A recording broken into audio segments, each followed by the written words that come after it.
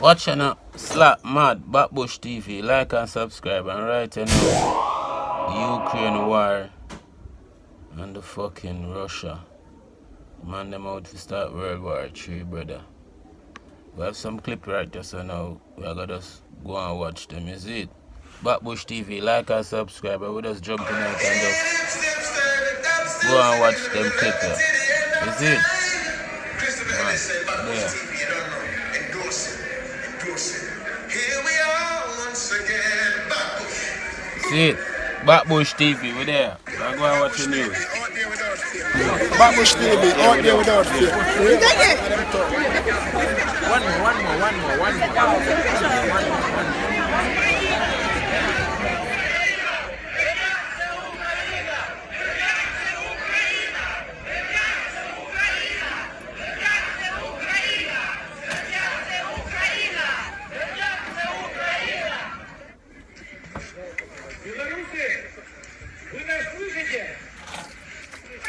Передавайте, пожалуйста, Добрянка вас здесь не ждет. Ни Россия, ни белорусские войска мы не пропустим. Геть до дому. Нам не нужен русский мир. Вы нас слышите? Поднимите руку вверх. Мы вас не something. Люди, давайте все разом.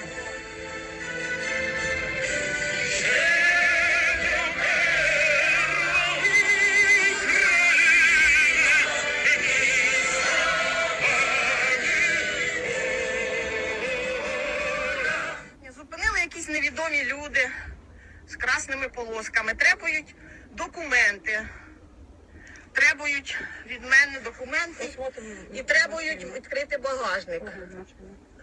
На підставах яких я взагалі не розумію. Покажіть своє обличчя. Чому я маю показувати терористам свої паспорта? Я взагалі громадянка України. Я тут народилася. Та чому ви прийшли вбивати моїх батьків, моїх дітей? Та хто ви такі? Чому ви зброєю мене зупиняєте на моїй землі? Це не для вас. А для кого? Це для кого? А чому ви прийшли? Чому ви? Блін, хлопці, це моя рідна земля. Ви розумієте? Оце моя рідна земля. Моя. А чому я должна вам показувати? Я тільки поліції можу показувати. А чому ви так скриваєте? Це моя особиста інформація. У нас є закон про захист персональних даних. Я не маю їх розповсюджувати першим попавшимся на дорогу. Country's nuclear arsenal. And tonight he has the Ukraine president in his sights. 4 days of war. But if Vladimir Putin thought he could conquer Ukraine in just a few days, he appears to have misjudged the determination in the path of his tanks and warplanes. A drone strike, Ukraine says, smashed into an invading armoured column, another destroying a Russian missile launcher. While Ukrainian gunners in prepared positions are punishing hard the Russian troop carriers trying to push into urban areas of the major towns and cities. Sometimes you don't need a gun to face down an enemy. The men of a Ukraine town forcing a Russian tank to back up. This is the fighting front as Russia tries to engulf its neighbour. But it's this very resistance pushing Putin into a dangerous corner. The Russian president upping the ante and turning to nuclear threats.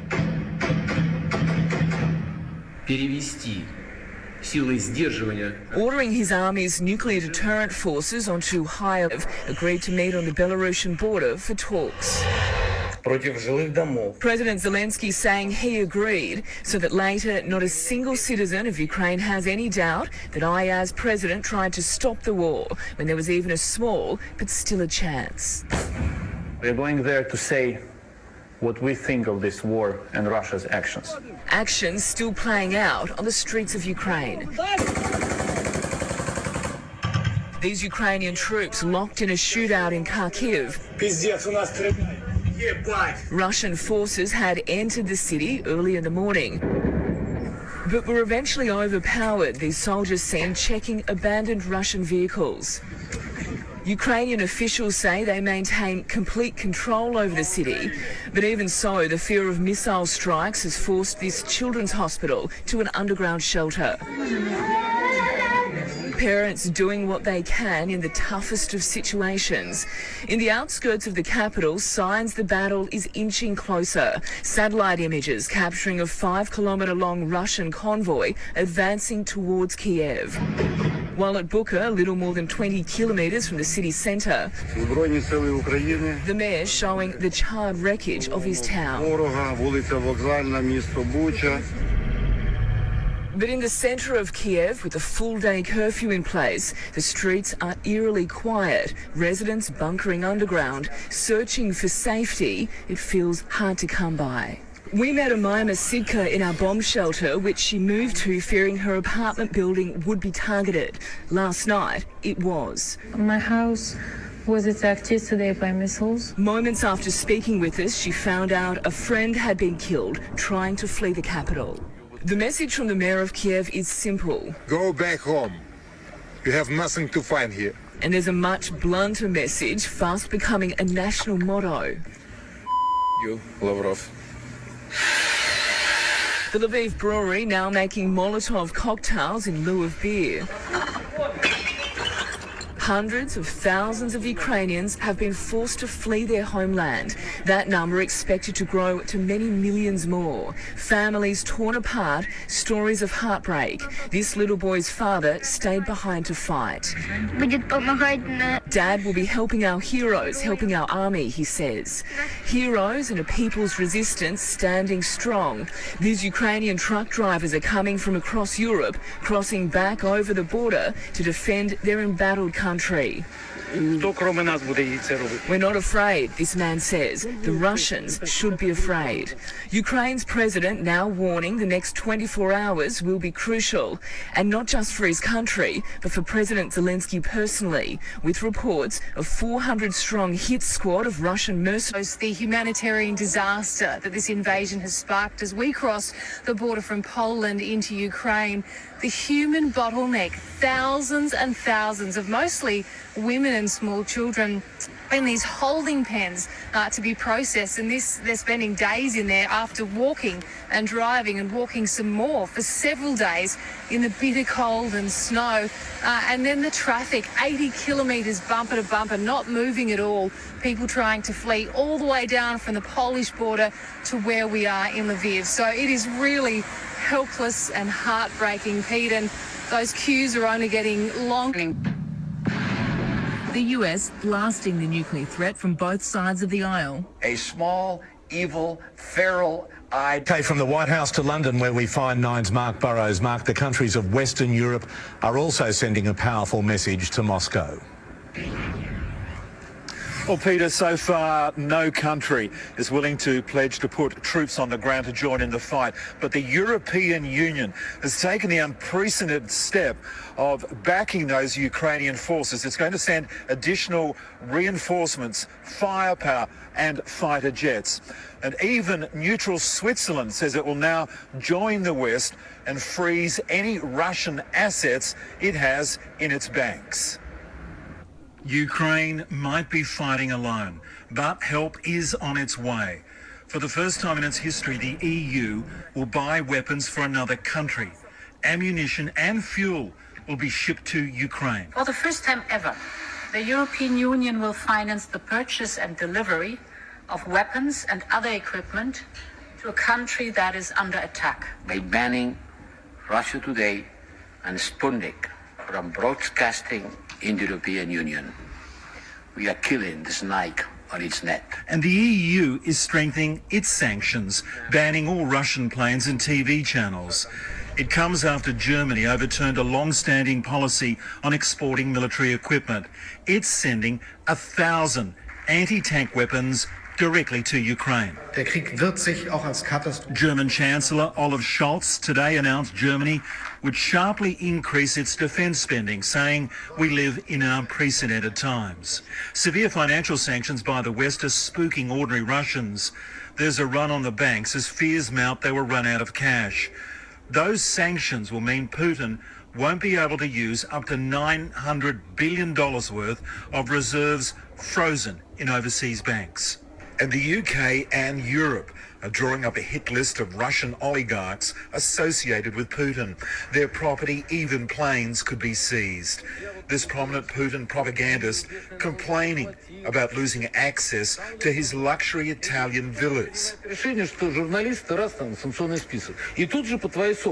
While NATO can't pledge a force to fight against the Russians because Ukraine is not a member, the UK Foreign Secretary said she would now back any Briton who wants to go to Ukraine and fight against the invasion. This could well be the beginning of the end for Putin.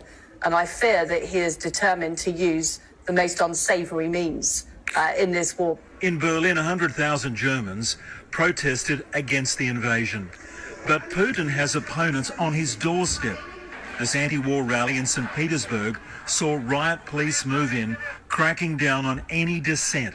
Thousands have been arrested in similar protests across Russia since the invasion began. My defence counterparts, because I have visited so many times, I engage with them, we give them military support, and we'll continue to do that. But I also think, you have to also recognise, when you're up against President Putin, that his irrational behaviour, which seems to be getting greater, means it is definitely harder to predict what was happening. I was there in November. I was there, earlier, and even when he massed forces last April on his border, there were a significant number of European countries who refused to believe that he had any intention apart from intimidation. Now, I think, the West, many countries in Europe will now be regretting those positions, but fundamentally Britain has been in the lead alongside the United States in helping those Ukrainians. And that's why we got to do the donor conference on Friday and brought 20, 30 countries around the table to deliver lethal and non-lethal aid. And now we're at the heart of the coordination of all those countries getting it into the country. Okay, I just want to get a couple more in. Would you support British volunteers coming over here to fight, as Liz Truss is suggesting? Well, I think Liz Truss is right to say it is definitely, for all of us, a just cause, that this is about a sovereign democratic country being threatened, or actually now invaded, by a Russian state, and that is something that we should all stand up against, whether that's at home. I think what I'd say is we can all do our bit, whether that's donating through the Ukrainian embassy. I'd also say that our armed forces are contributing in a proper way to doing this. If you're keen to help and you're a United Kingdom citizen, well, I think what I would say is, unless you are properly trained, unless you are a experienced member of an armed forces, I think there are better ways for you to contribute to the security of Ukraine.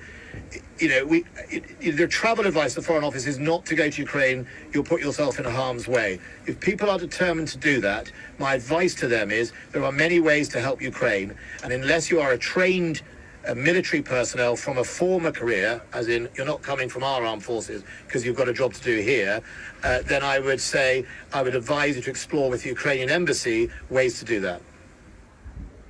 Okay, two more quick questions. Are we going to reverse the decision to cut 10,000 troops from our military? Well, obviously, Mark, you wouldn't have noticed because you're focused on other things, but a few weeks ago I announced that the original baseline of 72,500 has gone up to another 573,000, and I've always said, as the threat changes, we must consider changing. The current strength of the army is 78,000. But what I have to say is something to really recognise from what the conflict we're seeing on our television screens is, I am not getting messages from the Ukrainians every day asking for tanks. I'm not getting them asking for armoured vehicles. I'm getting messages every day from the Ukrainians asking for anti-tank weapons, personnel being able to be carried by individuals. I'm getting messages every day about anti-air missiles that can be carried by individuals. That's the type of warfare that is currently threatening the might of the Russian. We're entering. Yes, we're entering an era, quite possibly, of confrontation with Russia, and you are effectively, let's be honest, cutting the army. Are you going to...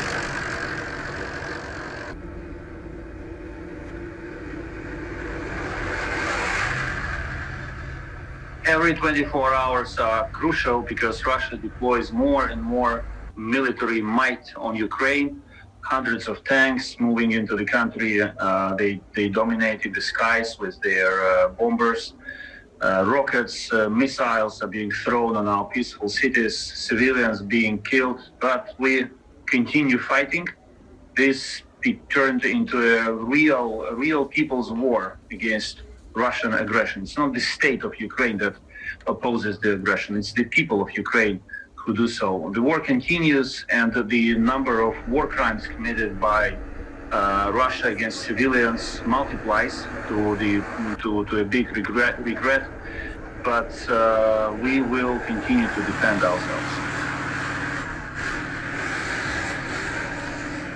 Well, the Russian delegation did not indicate good faith in finding a solution to the current crisis, to this war. They repeated their classic demands to Ukraine about full demilitarization, recognition of Crimea, so forth and so on. We responded. I'm not aware whether whether talks still continue or they are over. Between Russia and NATO to the highest degree, by ordering his army to put nuclear forces on high alert. Western countries aren't only taking unfriendly actions against our country in the economic sphere, he said, but top officials from leading NATO members made aggressive statements regarding our country. Amid Putin's threats, ordinary Russians are trying to speak out against the war their leader has waged, often at their own personal risk, as over 3,000 people have been detained during protests since Thursday. I'm sorry, I'm so shocked.